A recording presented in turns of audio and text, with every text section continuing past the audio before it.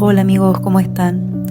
Quería subirles este video para hablar un poquito acerca de lo que son las enfermedades que a veces uno les diagnostican o sobrediagnostican, pero en realidad son somatizaciones de trauma, ¿ya?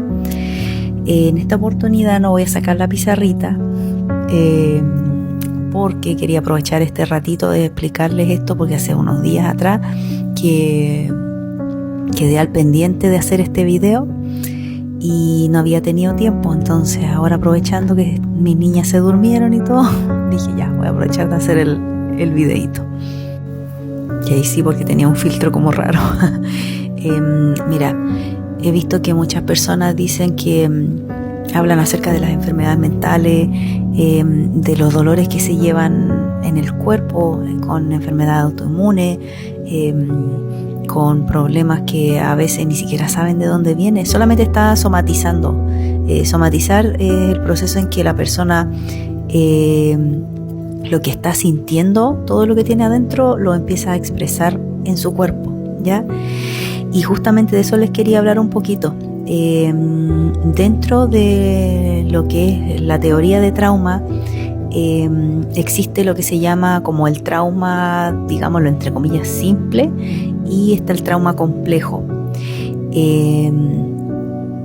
Obviamente un trauma complejo, estamos hablando de un evento que es mayor, más catastrófico, como algún tipo de abuso, de abandono, etcétera.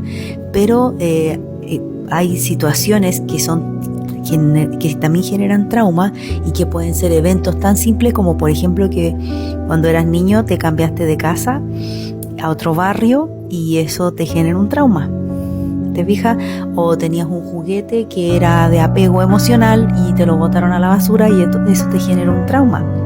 Entonces, todos los procesos de trauma, escúchame bien lo que voy a decir, todos los procesos de trauma generan en nuestro cuerpo, cuando los tenemos, sobre todo en la infancia, una especie de malformación en nuestro procesamiento neuronal, ¿ya? Y no solamente eso, sino que en el cuerpo completo. Cuando uno se enfrenta a un trauma, ya llamémoslo de naturaleza de un trauma entre comillas simple o un trauma complejo, se eleva el cortisol, ¿ya? El cortisol es este neurotransmisor que genera de esa sensación de peligro, de alerta, que te permite generar una respuesta rápida. Y normalmente las personas que tienen, por ejemplo, crisis de pánico, es porque tienen el cortisol muy alto. Entonces, si se eleva mucho, es típico que vas a tener una crisis de pánico, o crisis de angustia también en algunos casos. Entonces, el punto es que cuando está tan elevado el cortisol, los tejidos literalmente se dañan, ¿ya? Sobre todo si en un desarrollo de infancia se daña el lóbulo prefrontal, se daña la amígdala, la corteza prefrontal,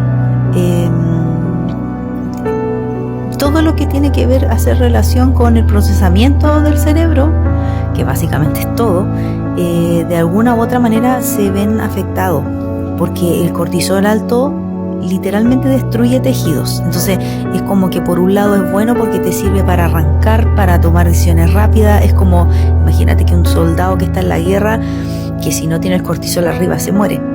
Nosotros cuando estamos durmiendo, cuando nos despertamos en la mañana, ese clic, ese punch que te hace en la mañana para despertar, es el cortisol. El cortisol nos despierta todas las mañanas. Toda la mañana dice, levántese, pum, cortisol, ¿ya? Entonces hay un horario en que el cortisol es más alto y otro horario en que tiene que estar más bajo. Entonces no es que vamos a satanizar el cortisol.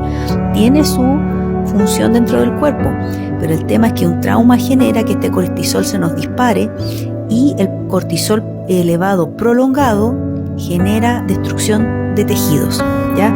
Y ahí es donde vienen tantos problemas, sobre todo al tejido conectivo. Hay muchas enfermedades autoinmunes que son enfermedades del tejido conectivo. Por ejemplo, el lupus, la fibromialgia y artritis reumatoide y muchas otras más, que son dolores neuropáticos y que vienen del tejido conectivo. ¿Y por qué? Porque el cortisol en algún momento estuvo tan alto que eso generó que se empezaran a dañar los tejidos, ¿ya? Entonces, cuando tú estás con todos estos dolores y vas al médico, entonces el médico te hace un diagnóstico, te dice, ya, a ver qué le duele, cuánto lleva así, una anamnesis así a lo rapidito de consulta médico, 15 minutitos.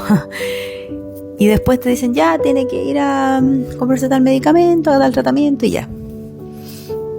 Pero el problema es que lo más improbable que puede pasar es que ese doctor te va a hacer una buena anamnesis preguntándote sobre tu pasado, sobre tu infancia, sobre el embarazo de tu vida, sobre la infancia de tus padres, desde que se conocieron tus padres en adelante, cómo fue la historia. O sea, hay muchos traumas que pueden estar guardados desde tiempo. Y es más, ¿sabían ustedes que ahora descubrieron los científicos, comprobaron los científicos, de que el trauma no solamente tú puedes pasarlo en forma, digámoslo, verbal a tus hijos, sino que genéticamente tú traspasas el trauma. Como el cortisol daña tejidos, entonces las células que vienen de ahí, ¿cierto? Son células que vienen con marcas con genes marcados, con marcaje de trauma. Entonces uno se los traspasa a los hijos. Entonces de repente te encuentras con pacientes que tienen un montón de síntomas que tú dices, esto es pero calcado a trauma.